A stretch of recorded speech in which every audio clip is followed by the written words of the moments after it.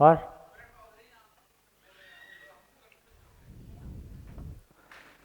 देखिए, कंफ्यूजन बहुत क्लियर है। और ये इसी सभा में ऐसा नहीं है, इतने साल से मैं देख रहा हूँ, हमेशा पूछता हूँ, लगभग 80% लोग किसी भी सभा में हाथ उठाते ही हैं।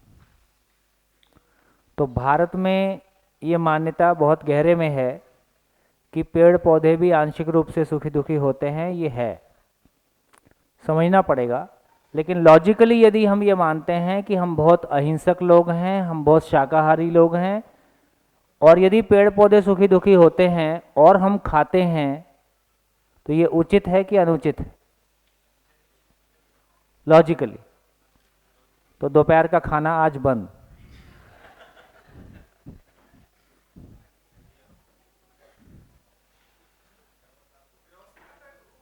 है। व्यवस्था की एक प्रक्रिया यदि ये है, तो फिर मानव भी मानव को खा ही सकता है। यदि इसको व्यवस्था की प्रक्रिया माना जाए, तो फिर मानव भी मानव को खाने को गलत ना माना जाए लॉजिकली। लॉजिकली फिर कम सुखी दुखी हो या ज़्यादा सुखी दुखी हो, क्या फ़र्क पड़ता है? और मानव को मारने के लिए दुखी करने की ज़रूरत नहीं है। पहले एक बेहोशी का इंजेक्शन दिया जा सकता है, उसके बाद बढ़िया से उसको पकाया जा सकता है।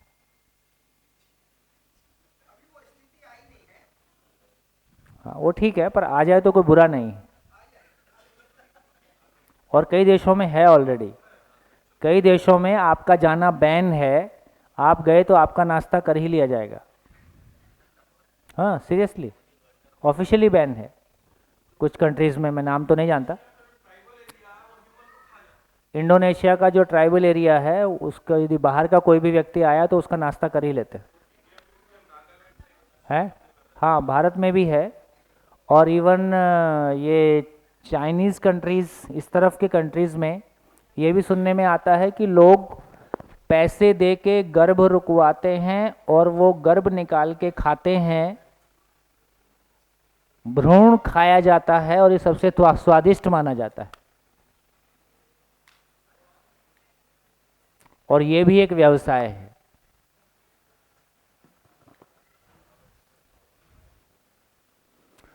क्योंकि हमारी क्लैरिटी नहीं होगी तो किसी भी सीमा तक चीज़ें जाएंगी, है ना?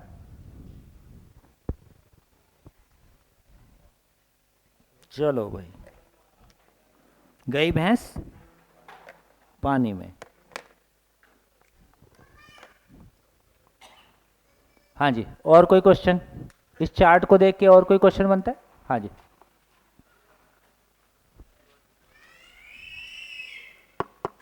Sir, hello. सर, जैसे आपने बताया पेड़ पौधे पशु ये मानव शरीर है, फिर इधर से पदार्थ बनते हैं और फिर वापस रिसाइकल होकर यहाँ आते हैं, ठीक है। सर, इस कंडीशन में कई लोगों की पुनर्जन्म की मेमोरी भी रहती हैं, तो वो सर क्या सा सिस्टम है, वो क्या चीज़ है?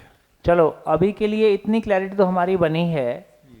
देखिए, लॉजिकली ये समझने की बात है कि यदि शरीर को देखेंगे तो एक भी क्रिया निरंतर नहीं है उस सेंस में, जिस सेंस में जीवन में है।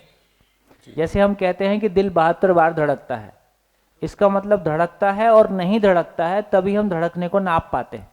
ठीक। ठीक है। सांस लगातार चलती है कि रुक रुक के चलती है? लगातार। वही तो, सांस ले, बस हो गया, और नहीं ले सकते, हाँ। अब निकालना ही पड़ता है। सो सांस लेने की निरंतरता नहीं है, तो इसका मतलब है सांस लेते हैं और नहीं लेते हैं। तो शरीर की एक भी क्रिया निरंतर नहीं है, क्योंकि शरीर बेसिकली निरंतर नहीं है। शरीर से कोई काम निरंतर हम नहीं ले सकते, क्योंकि बेसिकली वो खुद भी निरंतर नहीं है। इसलिए शरीर के साथ जुड़ा हुआ भाव भी परिवर्तनशील है, क्योंकि शरीर परिवर्तनशील है। तो शरीर एक परिवर्तनशील वस्तु है, यही सच्चाई है। मैं एक शाश्वत वस्तु हूं, यही सच्चाई है, क्योंकि मरने के बाद भी लोग मुझको याद रखें, इसका मतलब है कि कोई देखने वाला बचा है। तो इसका मतलब है शरीर मरता है, मैं नहीं मरता हूं। जीवन की चाहत निरंतर, जीवन की ताकत निरंतर, जीवन की सारी आवश्यकताएं निरंतर, क्योंकि होने के स्वरूप में उसका होना निरंतर। इसका मतलब यह हुआ कि जीवन रूप में मैं हूं ही, शरीर की एक सीमा है, उसके बाद शरीर रोज मर ही रहा है, शरीर रोज ही मरता है, हजारों कोशिकाएं रोज हमारे शरीर से गिर के अलग हो जाती हैं। इसका मतलब कोई दिन पूरा ही अलग हो जाता है, लेकिन मैं हूं। तो मेमोरीज बेसिकली जीवन में, ये चित्रण क्रिया जो कल किया था ये मेमोरीज है। तो जीवन में मेमोरी होता है, किसी किसी का वो रह जाता है, उसको समझेंगे आराम से, लेकिन कुल मिला के जीवन में मेमोरी होता है और जीवन बार बार शरीर चलाता है। बढ़िया, आगे चलें। इस चार्ट को देखने से और कोई क्वेश्चन समझ में आता है?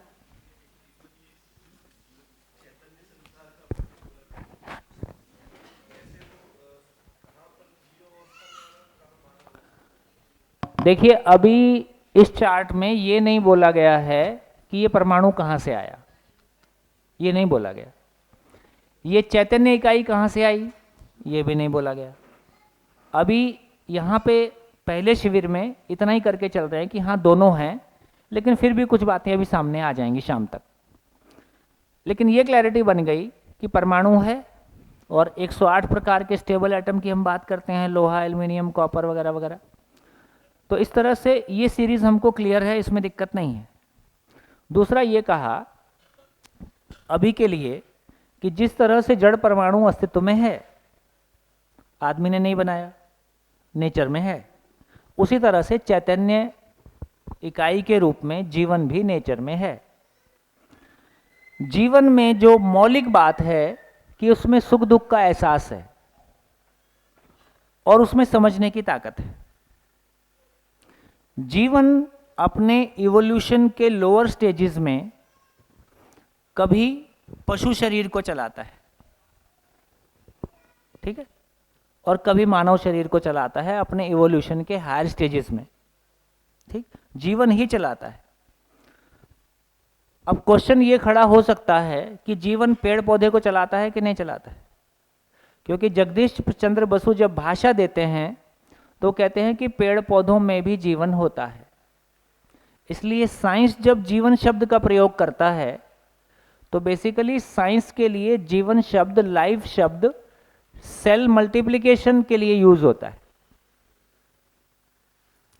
इसलिए प्राण शक्ति और जीवनी शक्ति ये हम मिक्स करते हैं।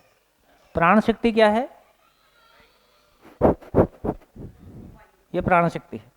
तो कोशिकाओं को बराबर ऑक्सीजन मिल जाए तो उससे सेल का जो पोषण है उसका हेल्थ ठीक रहता है, तो कुल मिला के शरीर में हल्कापन फील होता है। ये शरीर की बात हो गई। जब जीवनी शक्ति की बात बोल रहे हैं तो ये बेसिकली आशा, विचार, इच्छा, किसी व्यक्ति की किसी चीज के लिए इच्छा कितनी प्रबल है, तो जीवनी शक्ति जीवन का एक्सप्रेशन है। चूंकि जीवन शब्द हमारा कंफ्यूज है, जीवन शब्द को हमने अलग अलग रेफरेंस में यूज किया है। जैसे किसी ने 80 साल का जीवन जिया, अब जीवन शब्द कहाँ यूज हो गया? अब ये लाइफ स्पैन के लिए यूज हो गया, जिंदा रहने की लंबाई के लिए यूज हो गया। साइंस जब जीवन शब्द यूज करता है तो वो सेल मल्टीप्लिकेशन के लिए यूज करता है, ठीक है। तो जब जगदीश चंद्र बसु कह रहे हैं कि पेड़ पौधों में जीवन होता है तो मतलब कोशिकाएं सांस लेती हैं और मल्टीप्लाई होती हैं, ये बात कही जा रही है। इसका मतलब हो गया कि यहां जिसको जीवन बोल रहे हैं वो क्या है, शिविर में जिसको जीवन बोल रहे हैं वो क्या है?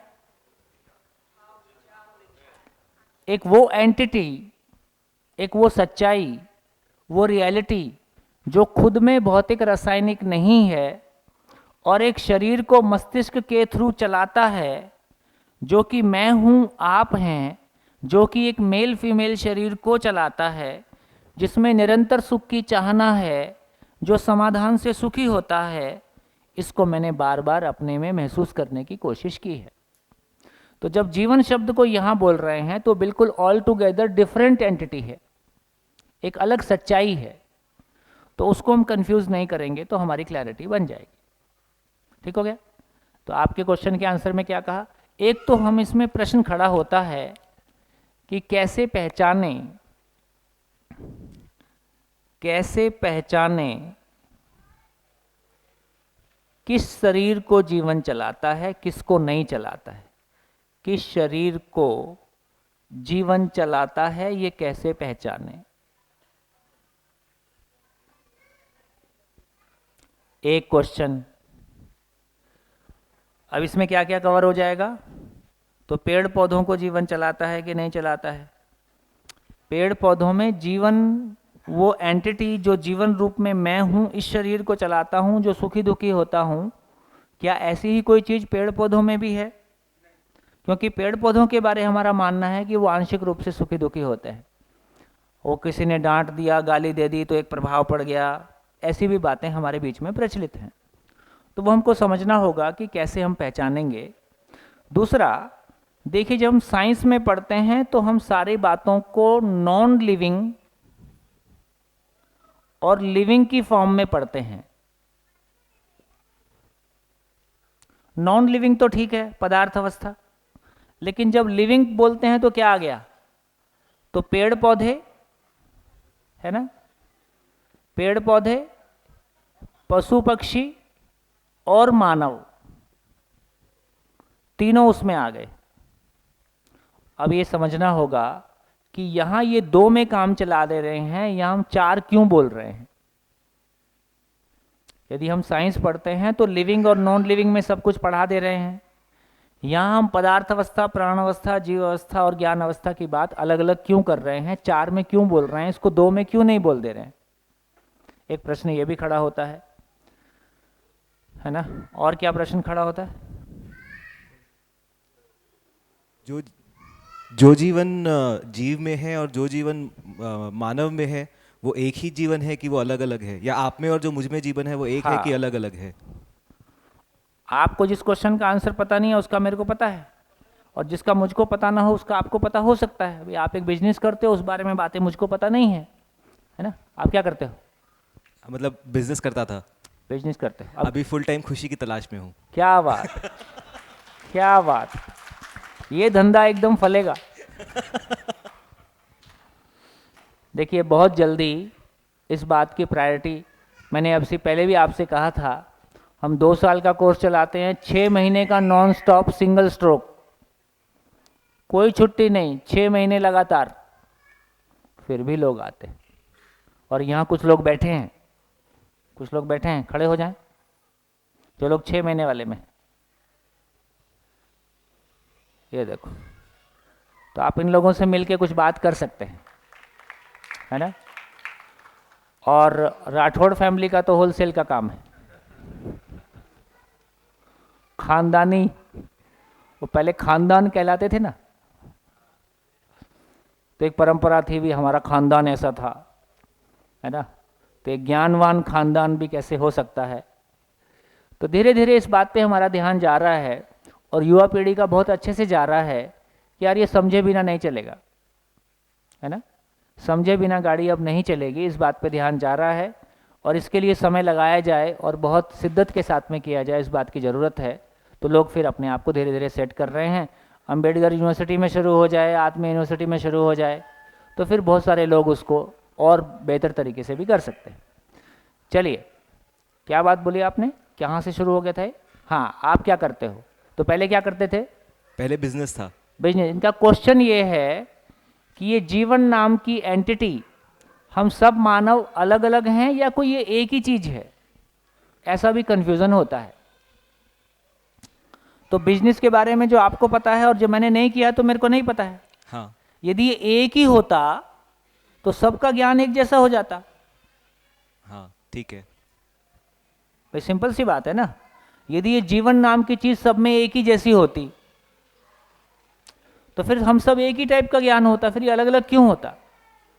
इसका मतलब है कि वो जीवन नाम की एंटिटी जो मैं हूं, आप हैं, आप एक अलग एंटिटी हैं, मैं एक अलग एंटिटी हूं। मैं इस मेल शरीर को चलाता हूं जिसकी आयु 52 साल है, ठीक है? आप भी एक मेल शरीर को चलाते हैं जिसकी आयु हो सकता है 30 साल होगी, 35 साल होगी।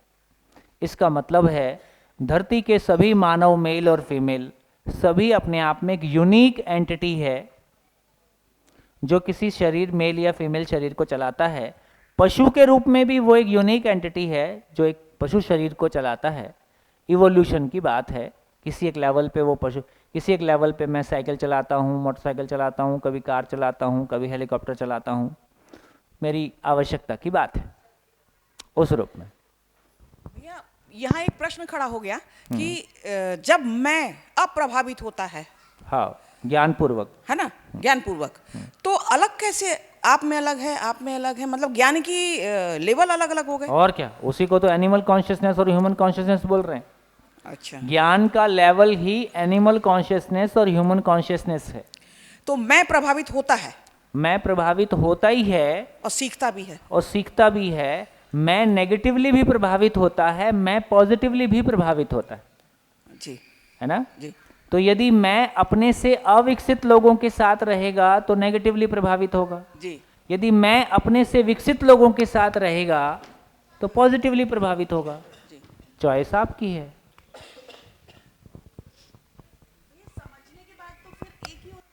हाँ, ये अच्छी बात है इन्होंने कही, कानपुर में कुछ परिवर्तन हो रहा है। समझने के बाद, समझ पूरी होने के बाद, पूर्णता के बाद सभी जीवन एक से हैं। तो इन्होंने बहुत अच्छी बात बोली। देखिए इसका सूत्र कैसा है, सभी मानव जीवन रूप में समान हैं आज और अभी।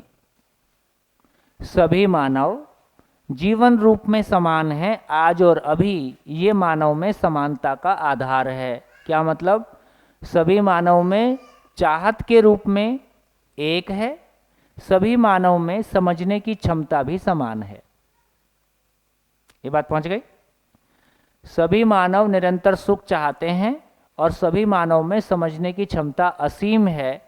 इस रूप में आज और अभी सभी जीवन समान हैं, लेकिन फिर भी अलग अलग है कि नहीं, फिर भी अलग अलग हैं।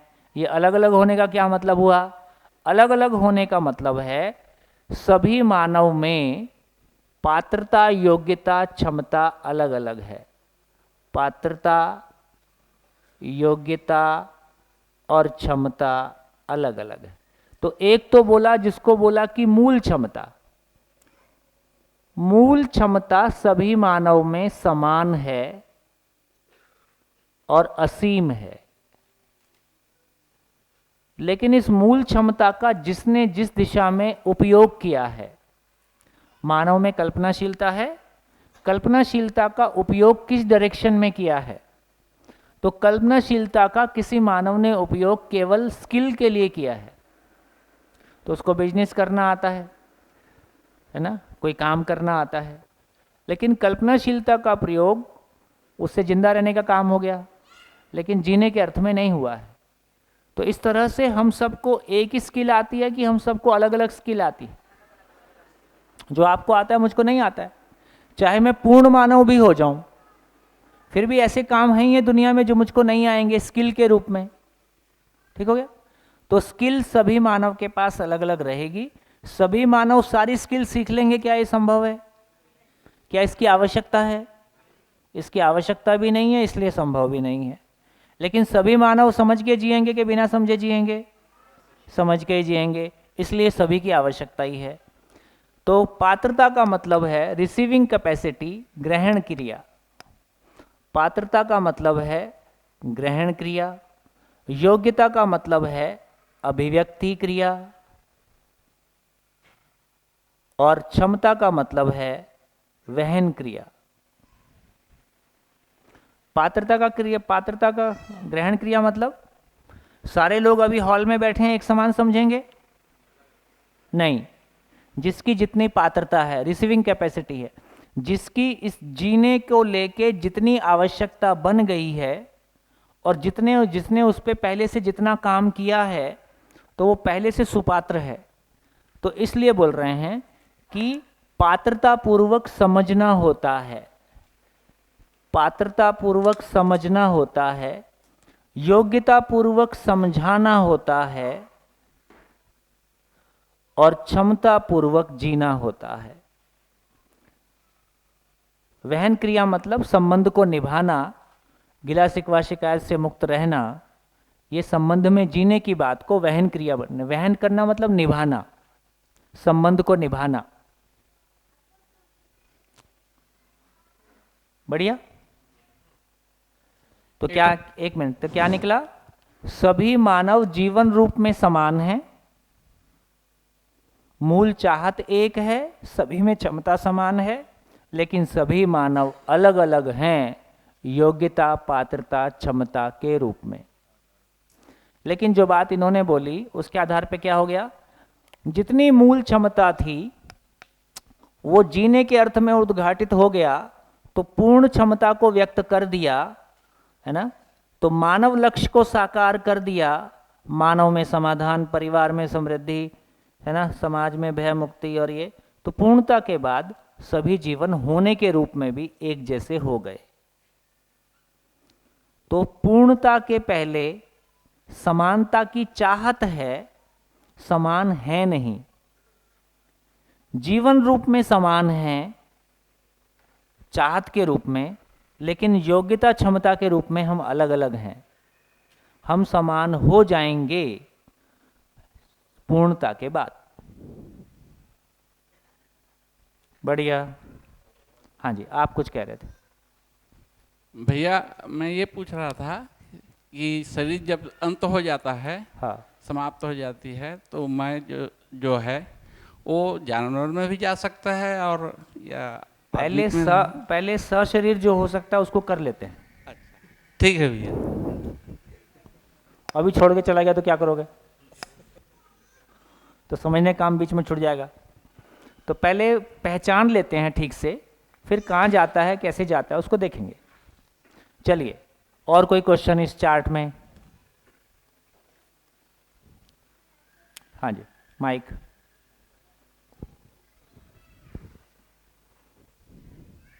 घड़ी कहाँ गई? अच्छा, बस बस, ठीक है, ठीक है, ठीक है, ठीक। हाँ जब हम कह रहे हैं कि क्षमता भी अलग अलग है, हाँ तो क्षमता भी अलग अलग हमारी समझ के अनुसार अलग अलग है। हाँ, तो जैसे जब आप 4 दिन 5 दिन पहले आए थे, तब आपकी पात्रता और अभी आपकी पात्रता वही है कि बदल गई है? बदल गई है। और कितनी बदली है? बहुत बदली है। जितनी पिछले 10 साल में नहीं बदली थी, उतनी 4 दिन में बदली है। कितने लोग सहमत हैं इस बात से? इतना फास्ट है।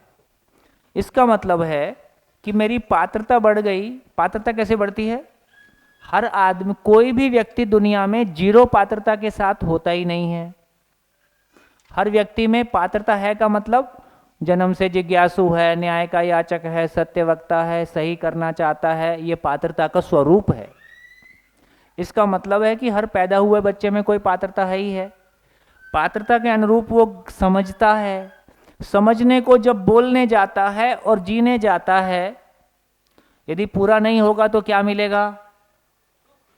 दुख मिलेगा, अधूरापन दिखाई देगा।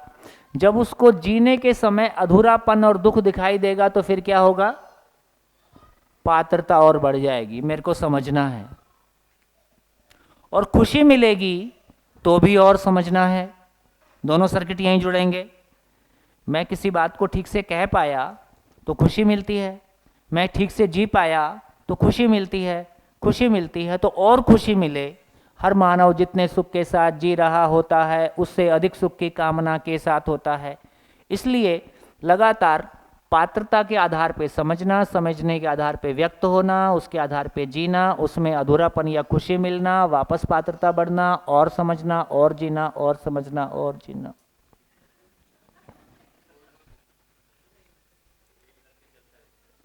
तो मानव एकमात्र इकाई है जिसमें पात्रता विकास होता है।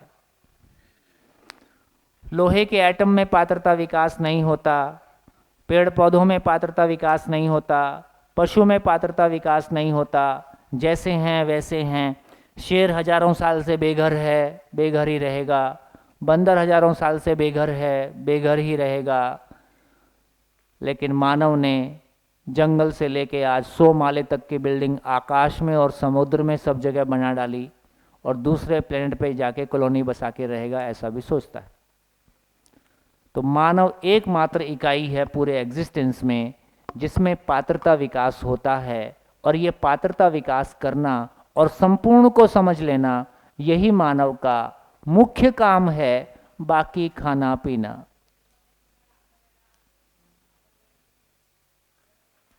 बढ़िया।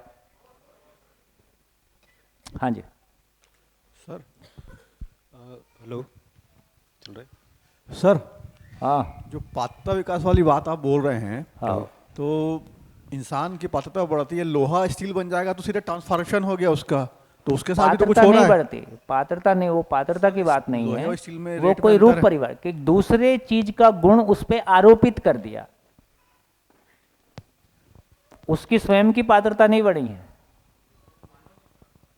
बस। और वो मानव ने किया है। लोहा अपने से नहीं, लोहा आज मेरा मूड है स्टील बन जाऊं। हाँ जी। भैया ये जो जीवन का कोई रिन्यूअल ड्यूरेशन है, कोई एक्सपायरी है कि वो कितनी बार किस शरीर में जाएगी या क्या है, मतलब रिन्यूअल या एक्सपायरी? जब तक यात्रा नहीं होगी तब तक शरीर यात्रा चलाने के लिए बाध्य है। यात्रा पूरी होने के बाद उसकी मौज है बस। भाई जब तक मैं दिल्ली के लिए निकला हूँ, दिल्ली नहीं पहुँचूंगा तो ट्रेन बदलूंगा, बस बदलूंगा, ऑटो बदलूंगा, कुछ तो करूंगा, पैदल चलूंगा, लेकिन दिल्ली पहुँचूंगा। दिल्ली पहुँच गया तो अब ट्रेन मेरी ज़रूरत नहीं है, फिर दूसरों को पहुँचाने के लिए मैं ट्रेन ले सकता हूँ। अभी आगे के सवाल मत पूछो, अभी इसी में चलो। हाँ, कहीं और चले, आगे चलूँ? चलिए आगे बात शुरू करते। तो जितना हमने लिखा है पहले इसको पूरा कर लेते हैं। मेरे को लगता है ये अच्छी चीज़ थी, ये पूरी हो गई, इसको मिटा दूं।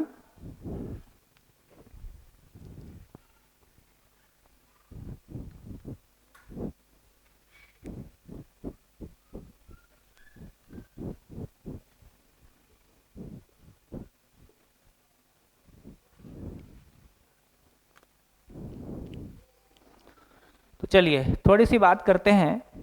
देखिए कुछ कुछ कन्फ्यूज़न है कि वो है ना प्यार से बोलने से ज़्यादा उग जाता है और डांट मारने से सूख जाता है ना, ये सब को थोड़ा कवर कर लेते हैं। और ये किस शरीर को जीवन चलाता है, तो जीवन किस शरीर को चलाता है उसकी 3 पहचान है। एक तो ये समझ में आ गया कि जीवन एकमात्र इकाई है जिसमें सुख दुख होता है। तो जीवन में यदि जीवन की बात करें तो उसकी मिनिमम क्वालिफिकेशन है कि उसमें मानने की क्रिया होती है। मानने की क्रिया होती है इसलिए उसको कुछ सिखाया जा सकता है, ये एक पहचान है। बढ़िया। जीवन की मौलिकता है कि उसमें मानने की क्रिया होती है, ये हम पहचान सकते हैं कि हाँ हमें मानने की क्रिया होती है। जैसे कुत्ता भी अपना नाम पहचानता है, हम भी अपना नाम पहचानते हैं। अरे कुत्ते को इतना बुरा क्यों माना है? ये कुत्ता इतना बुरा होता है कि आदमी ने उसको बार बार गाली दिया है।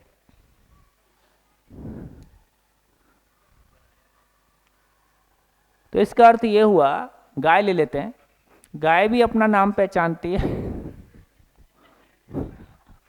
मेरे कुत्ता बोलने से आपका मन खराब होता है तो मैं आपका मन खराब क्यों करूंगा, है ना?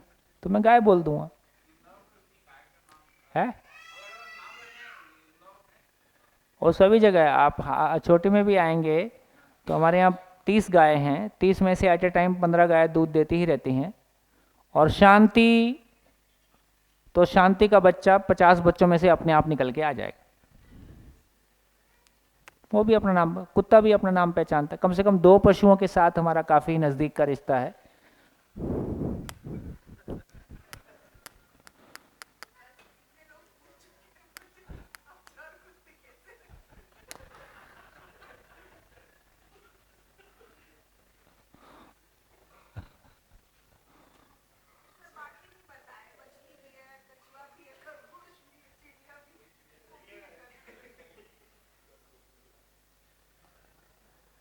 तो ये तो आप देख ही सकते हैं कि हम टेम किन पशुओं को कर पाए, पालतू किन पशुओं को बना पाए, जिनको अपनी बात मनवा पाए, है ना? आप मच्छर को पालतू बना के दिखाओ, ये हमारे पालतू मच्छर हैं, गेस्ट आया तो उस पर छोड़ दिए, नहीं जा रहा हो तो है। तो इससे आपको समझ में आया कि किस किस को पालतू नहीं बना सकते। मक्खी को पालतू बना सकते, मच्छर को बना सकते हैं, मधुमक्खी को बना सकते हैं। कौन है, बोलो बोलो, कौन बोल रहा है? मधुमक्खी पालतू होती है? अरे महाराज कुछ समझ में नहीं आया। अरे पालते नहीं हो, पालने का मतलब ये होता है कि वो आपके अनुसार एक्टिविटी करे।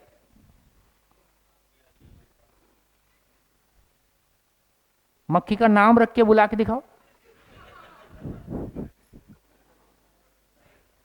पालने का ये मतलब हुआ। तो इसका मतलब है कि बेसिकली मक्खी, वैसे तो हम फिर पेड़ पौधे भी पालते हैं। पेड़ पौधों को भाई एक भी बीज आदमी का बनाया हुआ नहीं है ना, जितने भी बीज हैं वो नेचर में बने हैं।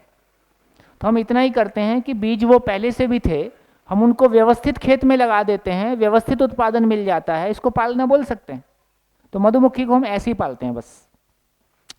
कुत्ते को पालना और मधुमक्खी को पालना फर्क है कि नहीं? कितने लोगों को समझ में आ रहा है फर्क है इसमें? कुत्ते को पालना आपके अनुसार हो सकता है, लेकिन मधुमक्खी को पालना, मधुमक्खी का कैसा है, लाइट उसको दिखाई देगी, उसकी वर्किंग शुरू हो जाती है। तो मधुमक्खी का पूरा सारा क्रियाकलाप वातावरण पे टेम्परेचर, प्रेशर, ह्यूमिडिटी के साथ में जुड़ा हुआ है। उसको आप अपने अनुसार जब चाहे उसको कुछ भी करवा लो, आप मतलब कोई चीज़ उससे मनवा नहीं सकते हो, ऐसा बोल रहा हूँ।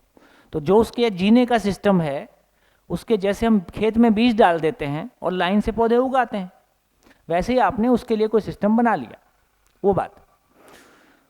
तो कौन कौन सी चीज़ें जिनको हम कुछ सिखा पाते हैं?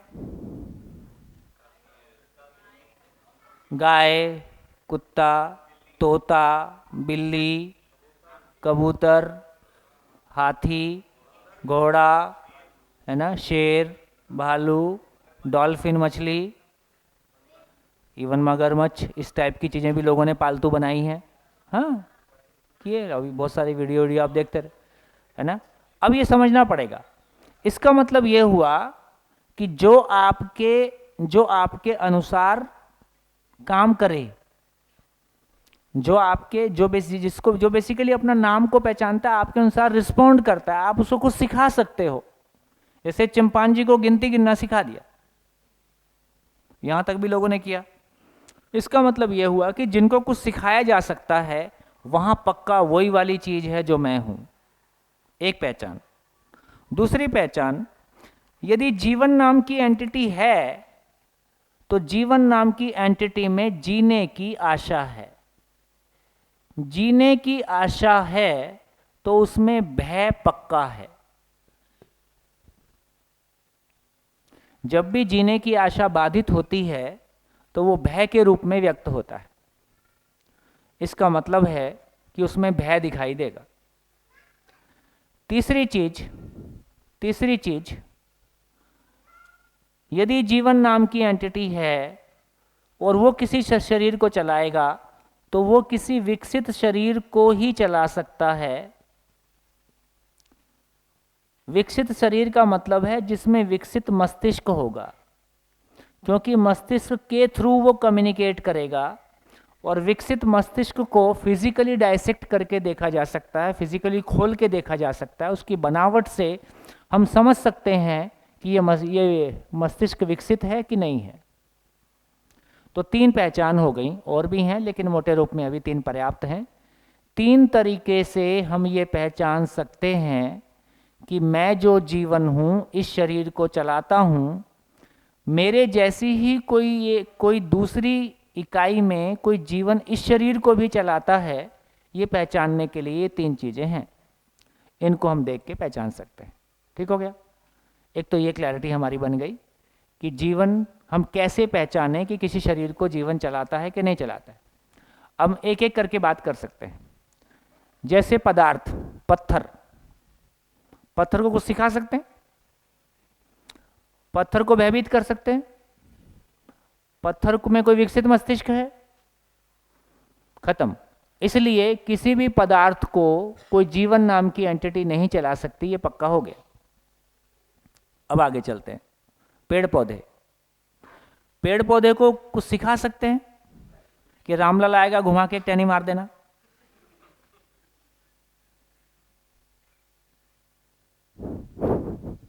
तो ये नहीं हो सकता। इसका मतलब है कि पेड़ पौधे भयभीत होते हैं जैसे मानव होता है। जैसे मच्छर भयभीत होता है कि नहीं होता है? मच्छर भयभीत होता है ना? हाथ उठाओ। मच्छर भयभीत होता है?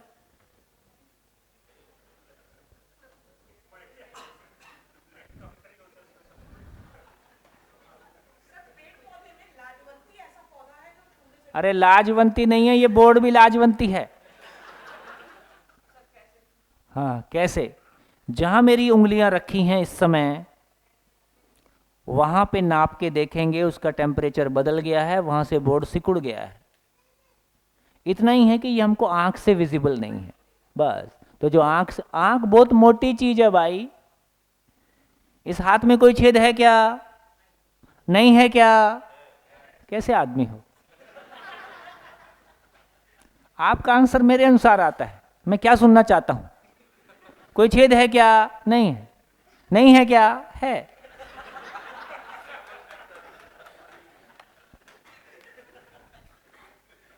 आप लोग शिविर करने की स्थिति में नहीं हो। आप लोग को कथा सुनने की आदत है।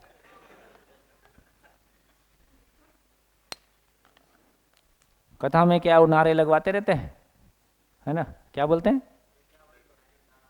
बोलो बिहारी लाल की जय।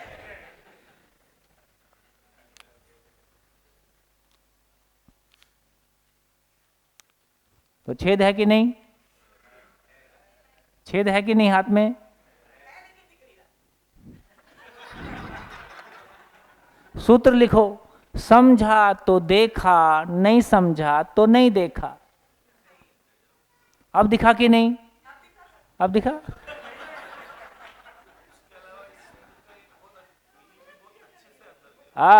अरे इतना मोटी चीज पसीना निकलता है तो छेद होगा कि नहीं होगा? सोचने की मशीन ठप पड़ी है।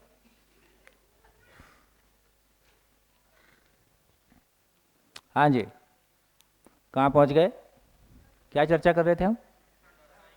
हाँ, मच्छर डरता है कि नहीं डरता है? अब मच्छर डरता है कि नहीं डरता है? डरता है।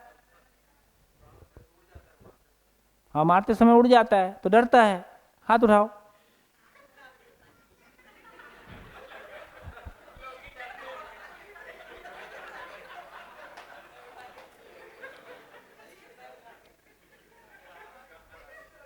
मच्छर डरता है कि नहीं डरता? आदमी तो डरता है हाथ उठाने से। अरे एक कुत्ते को 4 डंडे लगाओ ठीक से, आपको देख के 100 मीटर दूर से निकलेगा, नजदीक नहीं फटके। अब मच्छर को मारते हैं फिर वहीं बैठता है। इसका मतलब है मच्छर डरता नहीं है। हमारे हाथ हिलाने से जो एयर में वाइब्रेशन होता है, उस वाइब्रेशन को पहचान के हिलता है। हवा, कभी वो देखिए, वो घर में रूम में एक जगह से धूप आ रही होती है, बहुत सारे कण उसमें दिखते हैं, है ना? उसमें हल्का सा हाथ मार दो, फिर कैसा होता है? वो सारे कण इतनी तेजी से इधर उधर होते हैं, है ना? उतनी तेजी से तो मच्छर भी नहीं होता है। इसका मतलब हुआ कि मच्छर डरता नहीं है, लेकिन वो हवा में उसके हवा के मूवमेंट को पहचानता है। जैसे पेड़ पौधे पानी को पहचानते हैं, पेड़ पौधे गर्मी को पहचानते हैं। सूरजमुखी का सूरज के साथ इतना तगड़ा अफेयर है कि बस उधर ही तकते रहता है ना? तुझे देखता रहूं। क्या बोलोगे इसको? तो इससे ये समझ में आया कि क्या चीज है। इसका मतलब है कि वो पहचानता है। तो इससे हमको धीरे धीरे कुछ चीज़ें और खुल रही हैं जिनको हमको समझने की ज़रूरत है। तो बेसिकली यदि हम ध्यान देंगे तो हमको ये समझ में आया कि जैसे पदार्थ है, प्राण अवस्था है, जीव अवस्था है और ज्ञान अवस्था।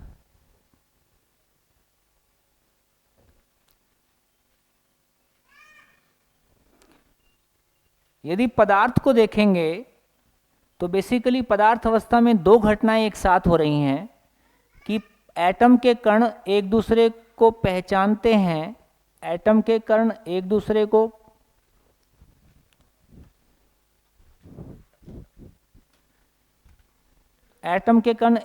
को पहचानते हैं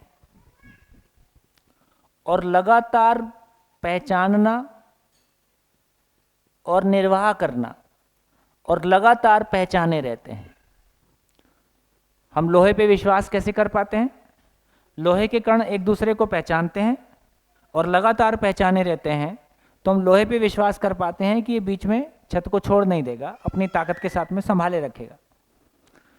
तो पदार्थ में देखें तो ये काम लगातार हो रहा है कि पदार्थ के कण एक दूसरे को पहचान रहे हैं और लगातार पहचाने हुए हैं। पेड़ पौधे में क्या हो रहा है? लगातार कोशिकाएं एक दूसरे को पहचानती हैं और लगातार उसका निर्वाह भी करती हैं, लेकिन पैरामीटर्स बदल जाते हैं।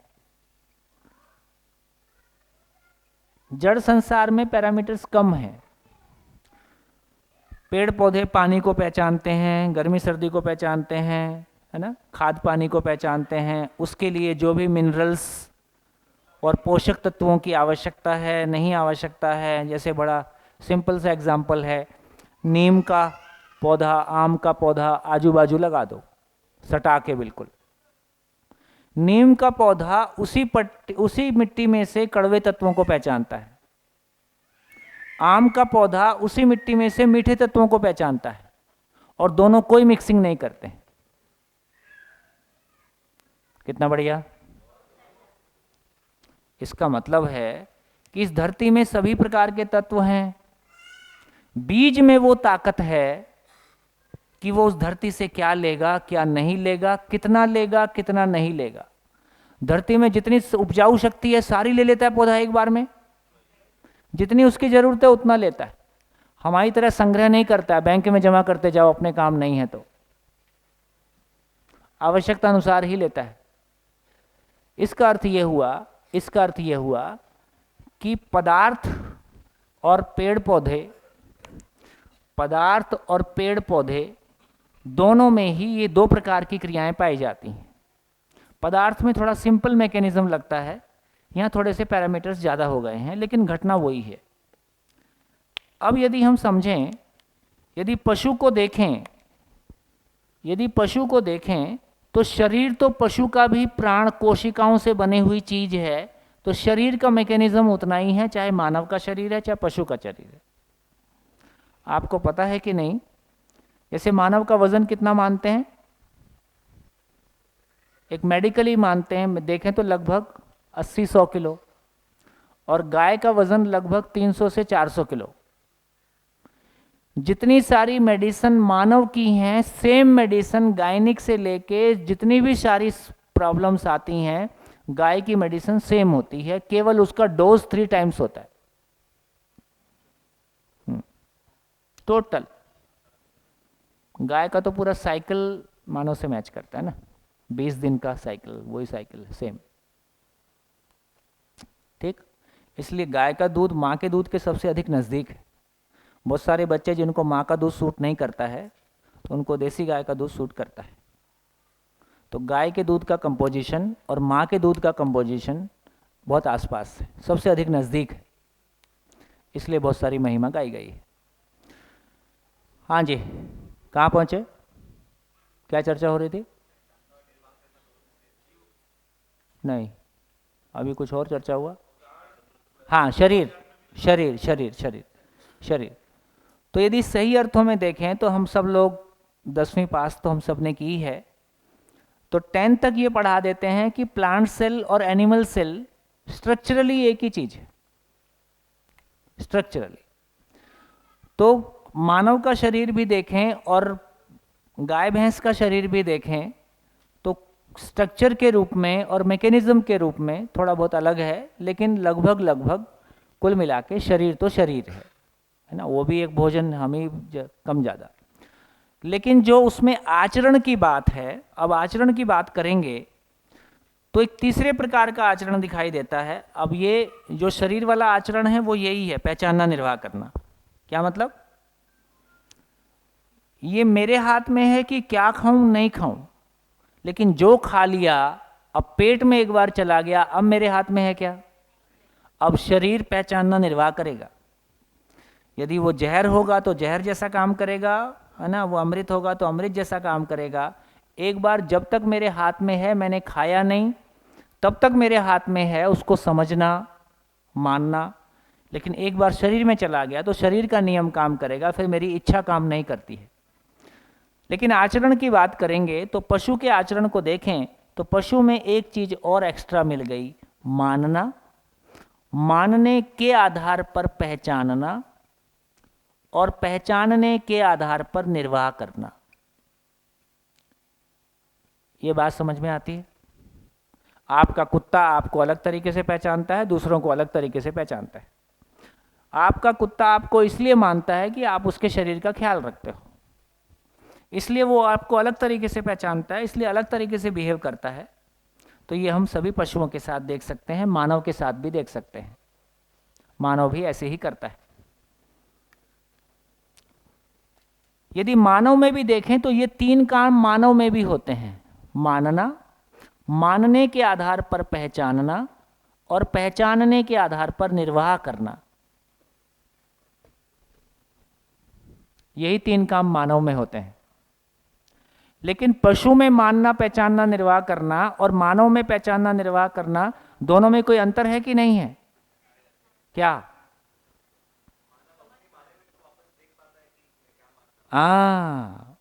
मानव अपने माने हुए को इवैल्यूएट करता है और उसमें कोई करेक्शन है तो उसको ठीक करता है। मानव सही भी मान सकता है, मानव गलत भी मान सकता है। पशु गलत नहीं मान सकता, क्योंकि उसके पास मानने का फ्रीडम नहीं है। शेर शेर ही रहेगा, और बकरी जैसा मिमियाने लगे ऐसा नहीं कर सकता है। मानव कुछ भी कर सकता है। हाउ? आपको ऐसे लोग मिलते हैं ना जो पशुओं की आवाज निकाल देंगे? है आप में से कोई? क्या चीज की निकालते हो? कुत्ते की? कुत्ते की तो निकाल देंगे। और किसकी निकालते हो? बिल्ली की। ये देखो बिल्ली की आवाज। और कोई किसी में योग्यता है? गाय की। तो कुत्ता और गाय और बिल्ली। और कुछ? आपको ऐसे लोग भी मिलेंगे जो एक ही आदमी गाता है और कई लोगों की आवाज में गा देता है और आपको बिल्कुल पता नहीं चलेगा, है ना। मेरे भाई की शादी में एक महिला आई थी, वो 32 आवाज में गाती थी। उससे कोई भी आवाज में गवा लो, मोहम्मद रफ़ी की आवाज में गवा लो, किशोर कुमार की आवाज में गवा लो, जितने भी सारे गायक थे सबकी आवाज में बुलवा लो।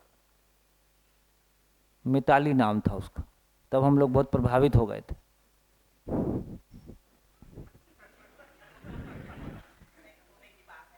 है स्किल है ऑफ कोर्स, लेकिन इसका मतलब है कि आदमी का गला क्या चीज है, इंस्ट्रूमेंट है, कैसे ही बजाओ। हाँ ऑफ कोर्स।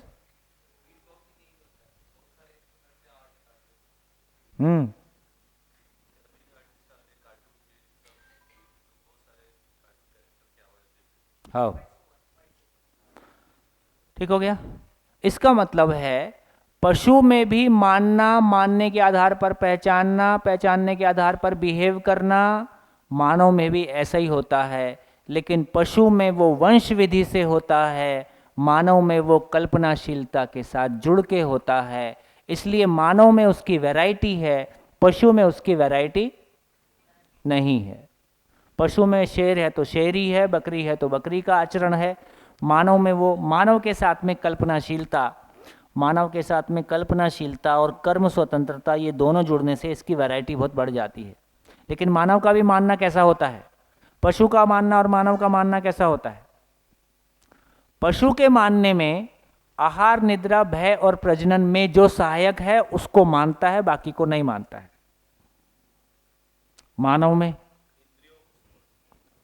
इंद्रियों वाला तो पशु में आ गया, मानव में वो तो है ही है जो पशु में है, उसके अलावा आज तुम बहुत अच्छे दिख रहे हो, बस यही मेरे को समझता है ना। तो इसका मतलब है कि मानव में जो खुद को पहचानने की एक तलाश है, खुद को पहचानने की प्यास है, जो भी व्यक्ति के प्रति ऐसा लगता है कि ये मेरे को पहचानता है, या जब भी मेरे को लगता है कि मैं खुद को पहचान रहा हूं, ये उसके लिए बहुत सुखद क्षण होते हैं, है ना। इसलिए मानव सम्मान से इतना इतना प्रभावित क्यों है? कोई पैर छूता तो अच्छा क्यों लगता है? चलो बताओ, टेक्निकली क्या रीजन है? कोई नमस्ते करता है, पैर छूता है, तो अच्छा क्यों लगता है?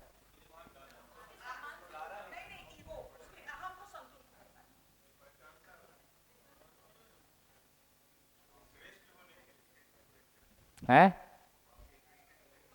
आपके एग्जिस्टेंस को एक्सेप्ट करता है ना, स्वीकृति देता है। हाँ,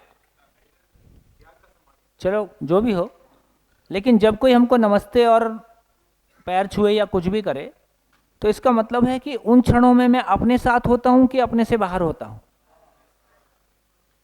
अरे उन क्षणों में मैं खुद को फील करता हूं या किसी दूसरे को फील कर रहा होता हूं?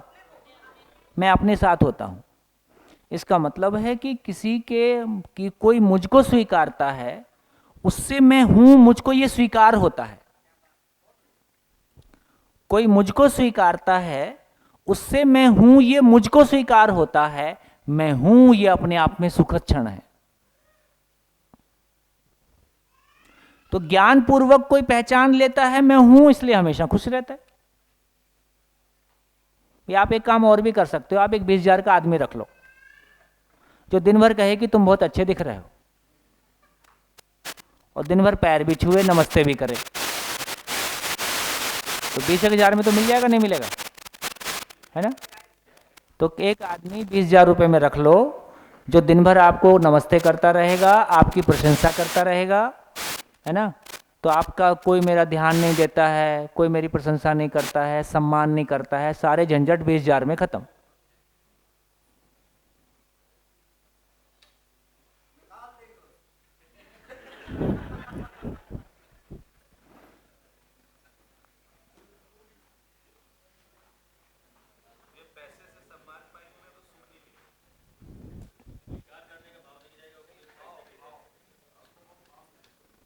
लेकिन ये क्लैरिटी बनी कि मेरे खुद के होने का एहसास, मैं हूं, ये मेरे लिए सुखदाई है, और मैं श्रेष्ठ हूं, मैं पूर्ण हूं, बात पूरी हो गई।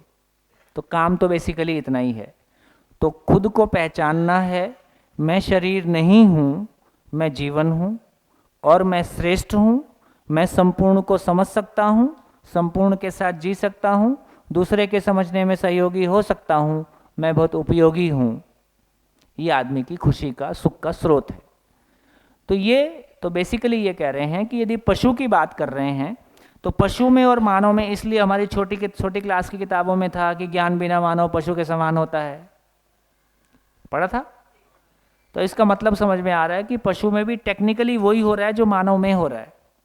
तो जिंदा रहने की घटना पशु के साथ भी है, मानव के साथ भी है। मानव में कल्पनाशीलता है, पशु में कल्पनाशीलता नहीं है।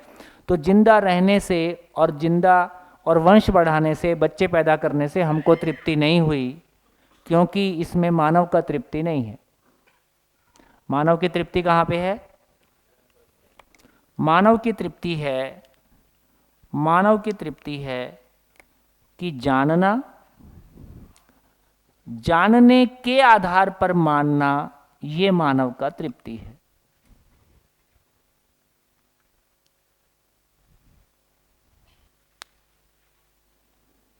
इससे कम में कुछ भी कर लो, तृप्ति नहीं है। तो पूरी एजुकेशन किस बात के लिए है? कि जानना हो जाए। और पूरी एजुकेशन के बाद शादी और उसके बाद की जिंदगी किस बात के लिए है? कि मैं जानने को मल्टीप्लाई कर सकूं, इसका नाम जिंदगी है। बाकी खाना पीना। कुल मामला इतना है। जानना आदमी की सही अर्थों में मानव की मूलभूत आवश्यकता बराबर, मेरी मूलभूत आवश्यकता बराबर, जीवन की मूलभूत आवश्यकता बराबर, समाधान बराबर सुख। तो जब तक यह आवश्यकता पूरी नहीं हुई तब तक मेरा मानना, पहचानना, निर्वाह करना सही होगा, तब तक इसमें फॉल्ट रहेगा। इसलिए इसमें तृप्ति नहीं होती, इसलिए इसमें अधूरापन बना ही रहेगा। अब हमको समझ में आता है कि चारों में क्या अंतर है। तो चारों में क्या अंतर है? चारों में अंतर यह हुआ, पेड़ पौधे केवल एटम्स हैं, एटम्स हैं और मॉलिक्यूल हैं। ये ठीक है?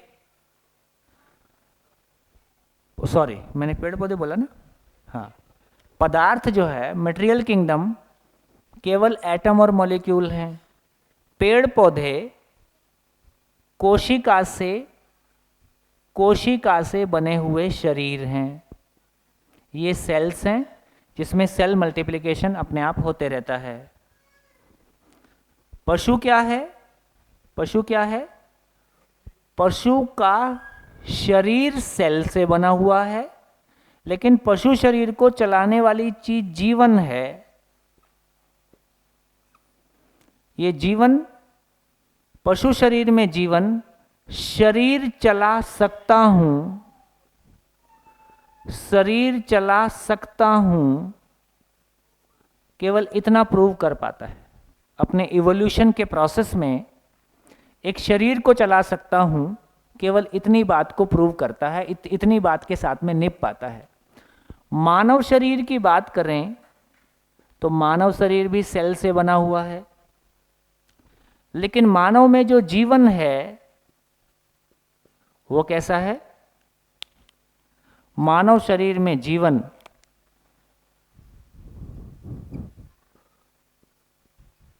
स्वयं के होने को प्रमाणित करता है। मानव शरीर में जीवन स्वयं के होने को प्रमाणित करता है।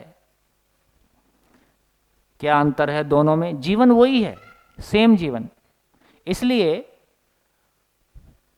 पशु शरीर को चलाता हुआ जीवन, जीवन में टोटल क्रिया कितना? 10। पशु शरीर को चलाते हुए 2 ही क्रिया व्यक्त कर पाता है, आस्वादन, चयन, मैकेनिकली। मानव शरीर 4.5 क्रिया को व्यक्त कर पाता है, क्योंकि क्रिया कल्पनाशीलता साथ में जुड़ गया है ना। तो जीवन वही है, अपने इवोल्यूशन के लोअर स्टेजेस में वो पशु शरीर को चलाता है और जीवन थोड़ा सा व्यक्त होता है। उससे अधिक व्यक्त होता है तो वो मानव शरीर को चलाता है और कल्पना, जिंदा रहने के धरातल पर जीता है। जिंदा रहने के धरातल पर जीता है और अतृप्त होता है, तो तृप्ति की तलाश में जानने का काम करता है, जिसमें 10 क्रिया व्यक्त हो पाता है, अपनी पूर्णता को पा लेता है। इतनी ही जर्नी है। पहुंची बात पहुंच पाई? बोलिए, जितनी चर्चा हुई इसमें कुछ कहना है तो बताइए। माइक।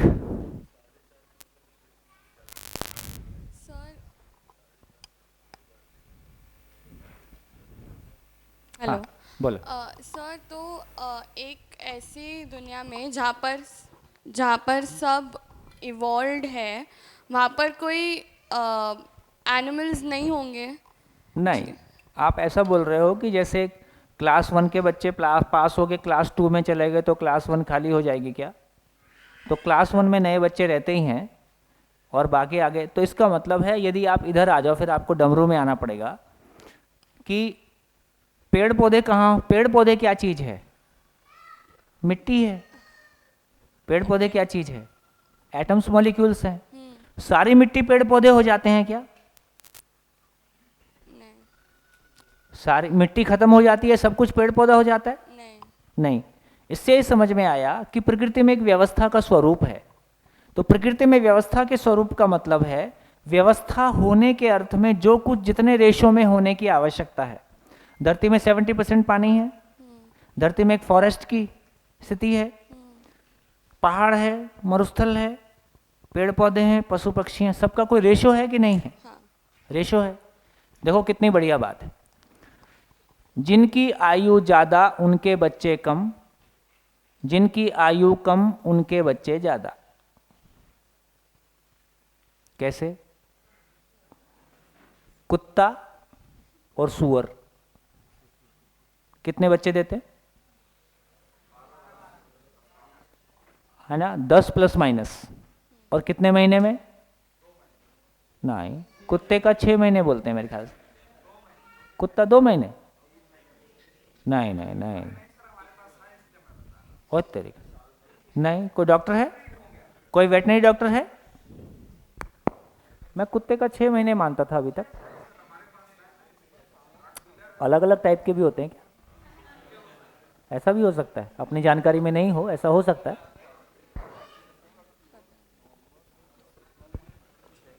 चलो कोई बात नहीं, ठीक है।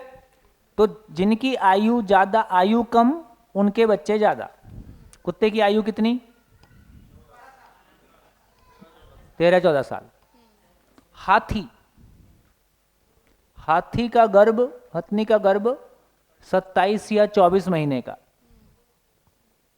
24 महीने। मानव का गर्भ 9 महीने, 27 महीने में एक बच्चा। हाथी 12 दे दिया तो बहुत मुश्किल, ठीक। तो प्रकृति की व्यवस्था देखो, जिस चीज की पूरी धरती पे लोहे की आवश्यकता ज़्यादा है तो लोहा ज़्यादा मात्रा में है, और डायमंड और गोल्ड बहुत मिनिमम है। यदि धरती पे हवा, मिट्टी, पानी की आवश्यकता बहुत ज़्यादा है तो उतनी मात्रा में उपलब्ध है। इससे ये समझ में आता है कि ये बहुत एक इंटेलिजेंट डिज़ाइन है। इसका मतलब है सारी मिट्टी पेड़ पौधे नहीं हो जाती, सारी मिट्टी पशु पक्षी नहीं हो जाते, एक रेशो बना रहता है ताकि एक व्यवस्था का स्वरूप बना रहे। तो पशु बने रहेंगे। इस पर्यावरण के लिए, पूरे एक हेल्दी पर्यावरण में मिट्टी का भी योगदान है, पानी का भी है, पेड़ पौधे का भी है, पशु पक्षी का भी है। इसलिए सब कुछ अपने अपने रेशो में बना रहेगा और आगे की चीज़ें होती रहेंगी। तो जीवन नए भी हो सकते हैं। हाँ, ये बात ठीक है, बिल्कुल। तो फिर ये इतने सारी पॉपुलेशन बढ़ रही है, जीवन कहाँ से आ रहे हैं, ऐसा क्वेश्चन उठ सकता है ना।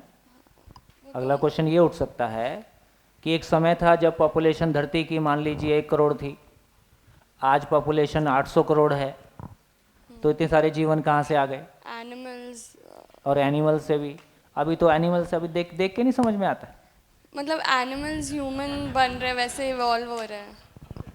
अभी तो ह्यूमन आदमी के बिहेवियर को देख के समझ में आता है कि काफ़ी लोग उधर से ही आ रहे हैं, तो वो एक बात है।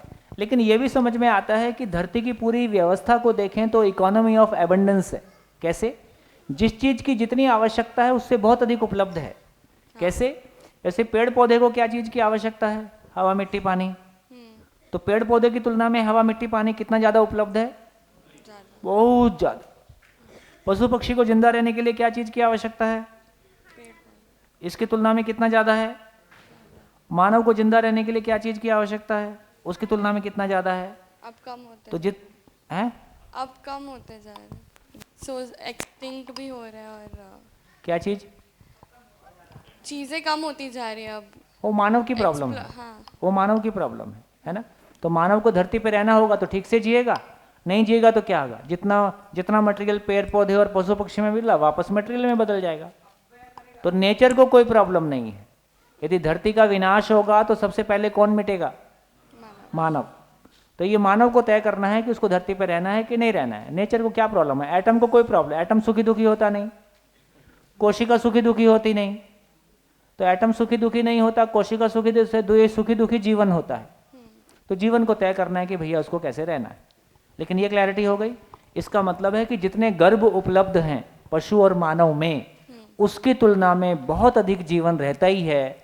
नहीं तो पता चला कि जीवन खत्म हो गया और गर्भ उपलब्ध है, फिर क्या होगा, सारे शरीर अबॉर्ट होंगे। इसलिए वो एक व्यवस्था का स्वरूप है। और क्या पेड़ पौधे इवॉल्व होके कभी एनिमल्स या ह्यूमंस बनते हैं? कैसे हो सकता है? तो ये तो समझ में आ गया कि जो पेड़ पौधा आज है कल वो वापस मिट्टी में मिलेगा। हाँ। देखो ये तो ज़्यादा सिंपल ऐसे समझ सकते हैं कि जैसे मान लो आपका शरीर है और हम सबके शरीर हैं, रोज हम खाना खाते हैं, रोज मलमूत्र त्याग करते हैं, तो जो कल मैंने गोभी खाई थी वो कल किसी खेत में चली गई, परसों वो गाजर बन के किसी आपके पेट में चली गई।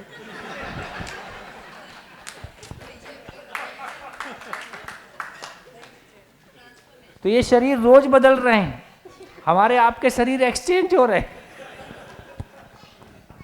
यदि ऐसे समझना चाहती हो तो ये एक तरीका है। कोई पेड़ पशु में बदल गया, ऐसा नहीं हो सकता। तो पेड़ में जीवन नहीं होता? अब पेड़ में जीवन कैसे होगा? अब देख लो, पेड़ को कुछ सिखाया जा सकता है, पेड़ को कुछ भयभीत किया जा सकता है, पेड़ में कोई विकसित मस्तिष्क है? नहीं। यदि नहीं है तो पेड़ पौधे को जीवन नहीं चला सकता है। वो जीवन जो ब्रेन के माध्यम से मैं इस शरीर को चलाता हूँ, ऐसा कोई जीवन पेड़ पौधे को नहीं चला सकता है। कोशिकाएं सुखी दुखी नहीं होती हैं, इसलिए पेड़ पौधे सुखी दुखी नहीं होते हैं। पेड़ पौधे प्रभावित होते हैं, पहचानना निर्वाह करना उसमें होता है। जो हम गाली देने की या प्यार करने की बात करते हैं पेड़ पौधों को, इसका मतलब है जब मैं बहुत खुश होता हूँ तो खुश कौन होता है? जीवन। उसका प्रभाव शरीर पे पड़ता है। हाँ। एक गुस्सैल आदमी कैसे कांप रहा होता है और एक खुश आदमी कैसे खुश रहता है, इसका मतलब है जीवन में खुशी का प्रभाव शरीर पे पड़ा। शरीर एक प्राण अवस्था की इकाई है, इकाइयों कोशिकाओं के रूप में। तो कोशिका का प्रभाव किसी पेड़ पौधे पे दूसरी कोशिका पे पड़ सकता है। जैसे हमारे ही ऊपर संगीत का प्रभाव अलग है, शोर का प्रभाव अलग है, जबकि दोनों ही ध्वनि है, दोनों ही साउंड है ना। संगीत और साउंड में तो क्या फर्क है?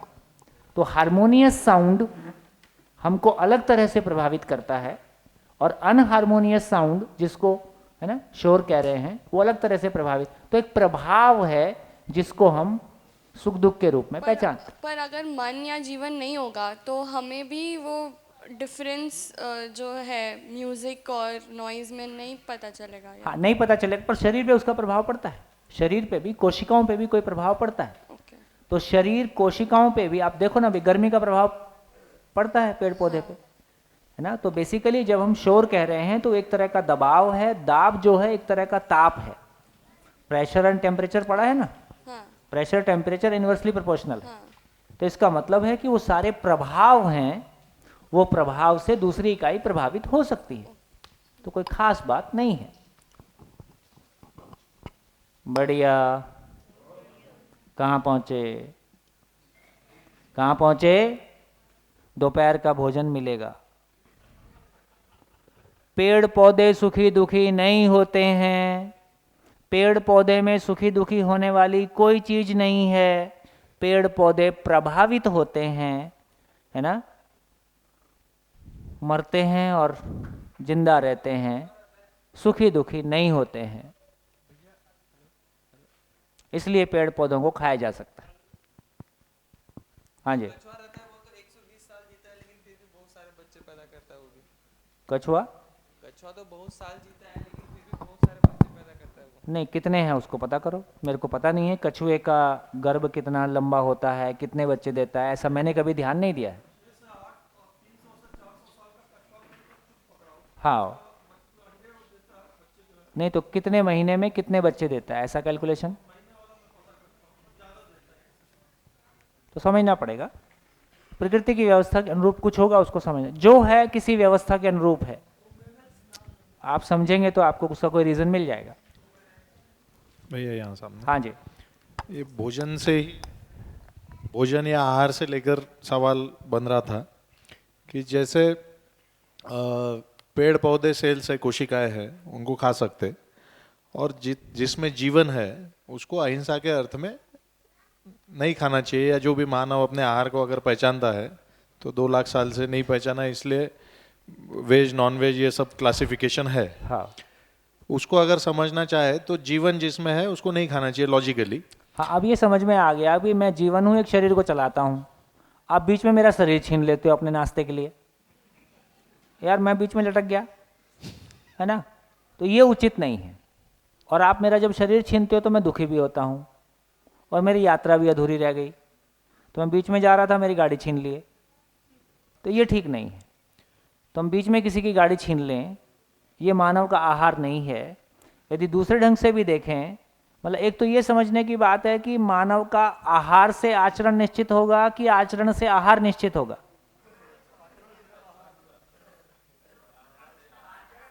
आचरण से निश्चित होगा।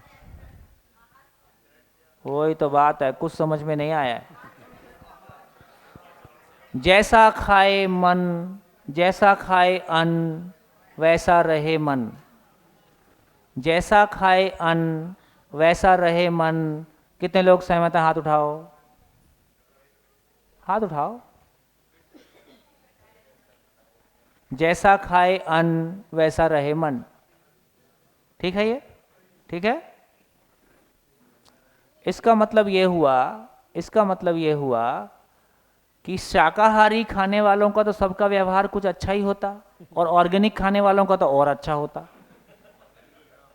है ना, ऐसा होता है। ये ठीक रहेगा या दूसरी लाइन बोलता हूं, जैसा रहे मन वैसा खाए अन्न। अब हाथ उठाओ, सोचने की मशीन कुछ कुछ काम करने लगी है। तो इसका मतलब ये हुआ, अरे शरीर से मन नहीं बनता है, मन के आधार पे शरीर काम करता है। जिस दिन शाम को मन हो जाता है चल ढाबा चलते हैं, उस दिन जो कुछ होना है हो ही जाता है। मन का निर्णय है कि वो शाकाहारी रहेगा कि मांसाहारी रहेगा। तो इसका मतलब है, ये बात ठीक है कि अन्न से मन प्रभावित होता है। ज़्यादा मिर्ची का खाना खा लिए तो खराब लगता ही है, वो एक अलग बात है। लेकिन कम विकसित चीज अधिक से प्रभावित होगी या अधिक कम से प्रभावित, निर्णय कैसे होगा? निर्णायक ताकत मन है। तो जैसा रहे मन वैसा खाए अन्न, काम यही का। अन्न से मन नहीं बना, 1000 साल हो गया करते करते।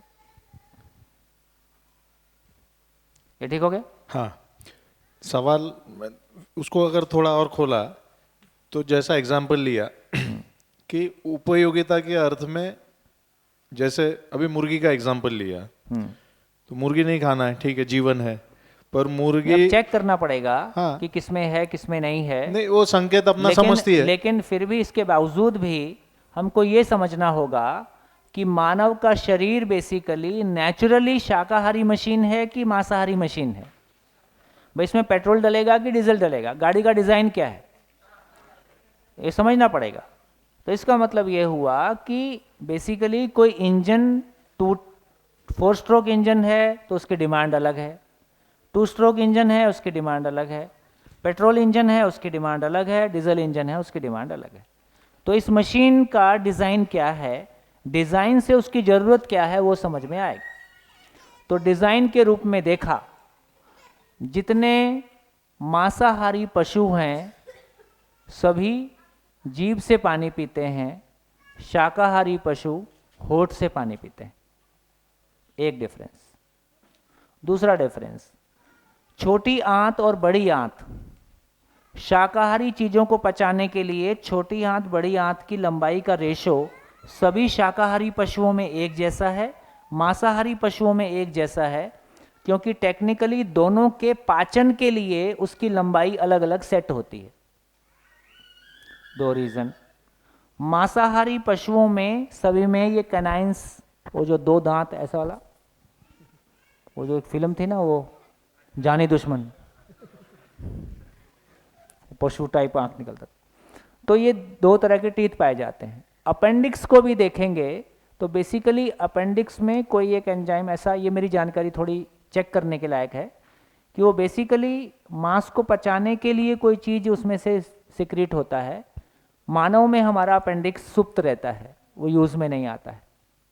तो बेसिकली मानव होठ से पानी पीता है। मानव की छोटी आंत बड़ी आंत की लंबाई का डिज़ाइन शाकाहारी पशुओं से मैच करता है। मानव में ये टीथ नहीं है। और ऑब्जर्वेशन ये बताता है वर्ल्ड वाइड, अभी तो वो वीगन है ना, कि शाकाहार मानव के शरीर के लिए ज़्यादा अनुकूल आहार है, ऐसा ऑब्जर्वेशन भी बताता है। तो बाय नेचर, बाय डिज़ाइन मानव का शरीर यदि शाकाहारी है तो चाहे जिन शरीरों को जीवन चलाता है, या मछली, छोटी मछली या और कोई चीज़ें है ना, केकड़ा या और कोई चीज़ें जिनको बेसिकली जीवन नहीं चलाता है, वो ब्रेन से संचालित है, वो बेसिकली ब्रेन से संचालित है, उनको भी खाने की हमारी आवश्यकता है कि नहीं है, इस पे हमको विचार करना होगा। तो मैं नहीं कह रहा हूँ कि आप ऐसा उपदेश यहाँ से नहीं दे रहे हैं कि आप शाकाहारी भोजन करें, क्योंकि ऐसा करके भी कोई आपका व्यवहार शाकाहारी, आपका व्यवहार एकदम मांसाहारी है। अपनों से दुख पाया, अपनों को दुख दिया, तो आपके भोजन में शाकाहार आ भी गया और व्यवहार मांसाहारी है ना, तो ये भी कोई बहुत अच्छी स्थितियाँ नहीं है। तो समझने की आवश्यकता है। समझने के आधार पे समझ मुझको गाइड करेगी कि क्या चीज़ मेरे लिए उचित है, क्या अनुचित है। यहाँ से कोई उपदेश आपको नहीं दिया जा रहा है।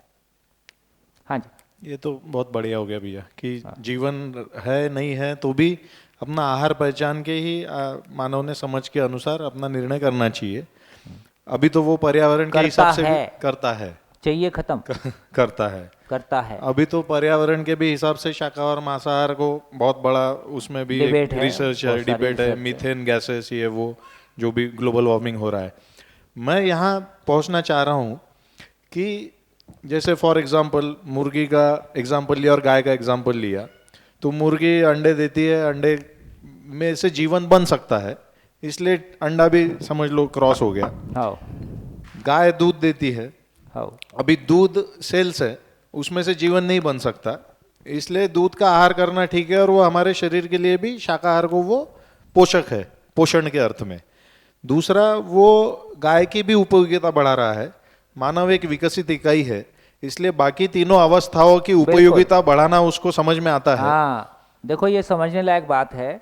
यदि नेचुरल फल देखेंगे तो बेर का साइज बहुत छोटा था।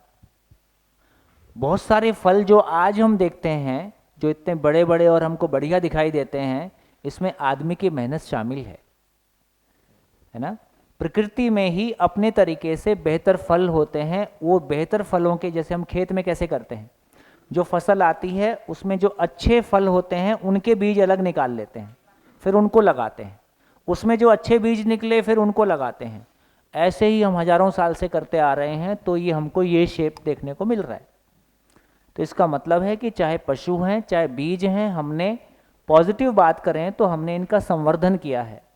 तो मानव की सुंदरता की पहचान ये है कि उसके होने से नेचर और सुंदर हो जाए। मानव की कुरूपता की पहचान ये है कि उसके होने से नेचर और पॉल्यूटेड हो गया, कुरूप हो गया। ये मानव का एक्सप्रेशन है। तो इसमें भैया अभी हम उपयोगिता बढ़ा रहे गाय की, उसका पोषण करके और दूध ये करके उपयोग में लाके, पर अब प्रकृति में ये भी देखने को मिलता है ऑब्जर्वेशन से कि कोई भी अवस्था में या जीव में, पशुओं में, उसका एक बार जो उसकी नीड रहती है इनिशियल उसका नीड खत्म होने के बाद कोई भी पशु दूध नहीं पीता अपने माँ का बड़ा होने के बाद। एक शुरुआत के दिनों में जितना भी उसको पोषण की आवश्यकता रहती है उतना होने के बाद। मानव में भी ऐसा ही है कि हम कुछ दिनों तक बच्चे को दूध पिलाते हैं माँ का, उसके बाद उसको ज़रूरत नहीं रहती, उसके बाद प्रकृति के आहार में से वो लेता है। तो फिर मानव ने ये डिसाइड किया कि नहीं, ये गाय के उपयोग। अब बाकी पशुओं में ऐसा इसको समझ सकते कि बाकी पशुओं में वो उतना विकसित हुआ नहीं, ये उतना उसकी समझ नहीं है कि वो ये समझ सकता कि बड़ा होने के बाद भी दूध पिया जा सकता और वो पोषण के अर्थ में उससे जिया जा सकता है। इसलिए बाकी पशु दूध नहीं पीते बड़े होने के बाद भी, यहाँ तक भी ठीक है। लेकिन मानव जो ये दूध का उपयोग कर रहा है, गाय के दूध का, फिर ये कैसा समझे कि वो उसकी कल्पनाशीलता यहाँ तक गई, वो विकास के अर्थ में है कि ह्रास के अर्थ में है? देखिए, पशु तो खेती भी नहीं करता है, जंगल में जो मिल गया वो खा लेता है। इसका मतलब, लेकिन मानव ने खेती किया, तो इसका खेती मतलब विकास है- के लिए हुई कि ह्रास के लिए हुई? हाँ, अब ये समझने की बात है। इसका मतलब ये हुआ कि यदि मानव में कल्पनाशीलता है तो मानव अपने जिंदा रहने के काम को इजी करता गया। तो खाने की तलाश में जंगल जंगल भटकना, खाने की तलाश में लगातार सारी ऊर्जा खाने में ही लगा देना, उसकी बजाय 10 आदमी मिलके इतना पैदा कर दिए जो 100 लोगों के लिए, 1000 लोगों के लिए, 10,000 लोगों के लिए पर्याप्त हो गया, और 10,000 लोगों का जिंदा रहने वाला टाइम बच गया, ताकि वो मानवता के लिए रिसर्च करे, ताकि वो मानवता के लिए और बेहतर करने के लिए काम करे। तो पशुओं का काम ही जिंदा रहना था, उसके पास कल्पनाशीलता था ही नहीं, इसलिए वो जैसा है वैसा ही रहेगा। मानव के पास कल्पनाशीलता है, तो इसलिए मानव लगातार अपने जिंदा रहने की गुणवत्ता को बढ़ाता चला गया। जिंदा रहने की गुणवत्ता बढ़ी तो पहले एवरेज उम्र कितनी थी, अभी एवरेज उम्र तो बढ़ी है। ये ठीक है कि हमारे को समझ नहीं है, तो हमारी जीवन शैली में प्रॉब्लम है, इसलिए बहुत सारी बीमारियां हैं, और वो हमारे लिए इंडस्ट्री भी है। अभी हेल्थ इंडस्ट्री वर्ल्ड के लिए सबसे बड़ी इंडस्ट्री है। 2000 अभी क्या 30 चल रहा है ना, 50 तक ऐसा बोल रहे हैं कि 60% लोगों को कैंसर रहेगा, हर दूसरे आदमी को कैंसर रहेगा, है ना? है 50, चलो 50% मान लो यार, किसी ने 60% बोला है, तो ये सब डेटा कम ज़्यादा है। आप कल्पना करके देखिए, एक कैंसर का मतलब है 20 से 30 लाख का खर्चा, और कष्ट अपनी जगह। ये पहले तो ऐसा कैंसर नहीं था। इसका मतलब है कि हमारी बहुत सारी जीवन शैली और हमारा बहुत सारा जो भी कुछ इंसेक्टिसाइड, पेस्टिसाइड, है ना, ये सब मिला के कुछ तो भी गड़बड़ हुआ है। ये B12 पहले कम क्यों नहीं होता था? अभी B12 देखो तो D3, है ना, ये बहुत सारी चीज़ें हैं, मल्टीविटामिन, ये बहुत सारा ऐसे कम होने लगा है। तो धरती में लगातार हो सकता है केमिकल फार्मिंग करने की वजह से धरती में वो तत्व बचे ही नहीं हैं जिनकी हमको जरूरत है, या हमारे श्रम ना करने की वजह से वो हमको पचता ही नहीं है जो हम खाते हैं। दोनों बातें। इसका मतलब है कि यदि ये अब ये ठीक होगा तो ये समझ पूर्वक ही होगा। तो कुल मिला के मानव को ज़्यादा समय क्या चीज़ के लिए रहे? तो मानव, देखिए, सुंदर गणित तो यही है, ये शरीर स्वस्थ रहे कि बीमार रहे? स्वस्थ रहे। इसका मतलब है कि जो डिटॉक्स करने की बात है, पसीना सबसे बड़ी डिटॉक्सिंग एक्सरसाइज है। तो मैं उतना श्रम कर डालूं जिससे पसीना निकल जाए और मेरा शरीर स्वस्थ रहे, उतने में मेरी आवश्यकता पूरी हो जाए। ये मशीन मेंटेन हो गई। ये मशीन मेंटेन हो गई, उसके बाद काम तो इतना ही है कि समझना, बढ़िया जीना, बढ़िया दूसरों के समझने के लिए उपलब्ध रहना। तो जितना जितना हमारा ये जिंदा रहना आसान होगा, समझपूर्वक आवश्यकताओं की निश्चितता होगी, उतना उतना हम सुखपूर्वक जीने के लिए हमारी अनुकूलताएं बढ़ जाएंगी। तो आदमी की जर्नी ज्ञान के अर्थ में है। आदमी केवल, है ना, खाने पीने का जुगाड़ जिंदगी भर करता रहेगा, ये मानव के लिए शोभनीय नहीं है। तो बैलेंस तभी आएगा जब हम ज्ञान पूर्वक सारी चीजों को सोच पाएंगे, समझ पाएंगे, कर पाएंगे। बढ़िया बात, ठीक लग रही है? शाकाहारी हाँ या मांसाहारी, हाँ। ये एक भ्रम है। हम्म। खाते तो अल्टीमेटली हम सेल ही हैं। आपकी सेल तो मैं नहीं खा सकता ना। नहीं, पर पत्तों के तो सेल खा रहे हो ना। इसका मतलब है कि प्लांट सेल खा सकते हैं, एनिमल सेल नहीं खा सकते। तो खाते तो सेल ही है। तो अरे, तो बात क्या निकली? आपको निष्कर्ष निकला आपकी बात का? हाँ, दो। और दूसरा, मनुष्य में 100% नॉनवेज खाने वाला कोई है जो वेज के साथ नहीं खाए? चलो, कॉन्टेक्स्ट समझने की बात है, कॉन्टेक्स्ट समझने की बात है। हाँ,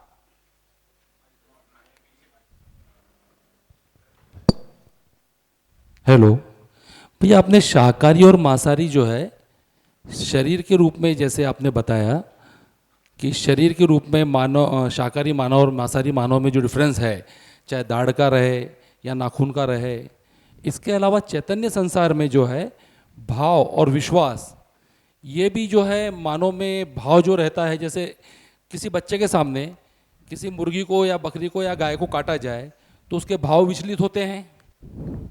उसी प्रकार एक मुर्गी या गाय या बकरी मानव के सामने विश्वास करती है कि ये मुझे खाएगा नहीं, और शेर से है उसकी गंध से काफ़ी दूर हो जाती है। तो ये विश्वास हाँ, और बहुत बढ़िया भाव जो भी, है, ये भी अच्छा, ये भी अच्छा, बहुत टेक्निकल बात आपने कही कि गाय शेर के पास आ जाए यार दोस्ती कर लेते